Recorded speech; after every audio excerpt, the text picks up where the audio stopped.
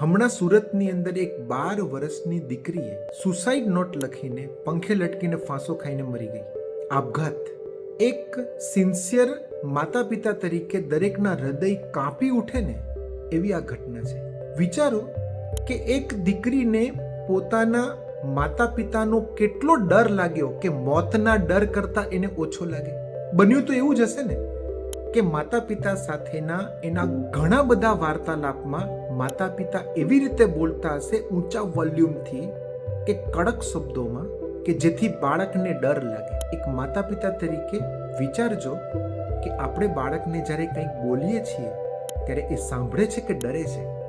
અને જો આપણું બાળક ડરતું હશે તો એ એવા સ્ટેપ્સ લઈ શકે છે અમુક વાર કે જેના પરિણામ પણ બહુ ડરાવના હશે.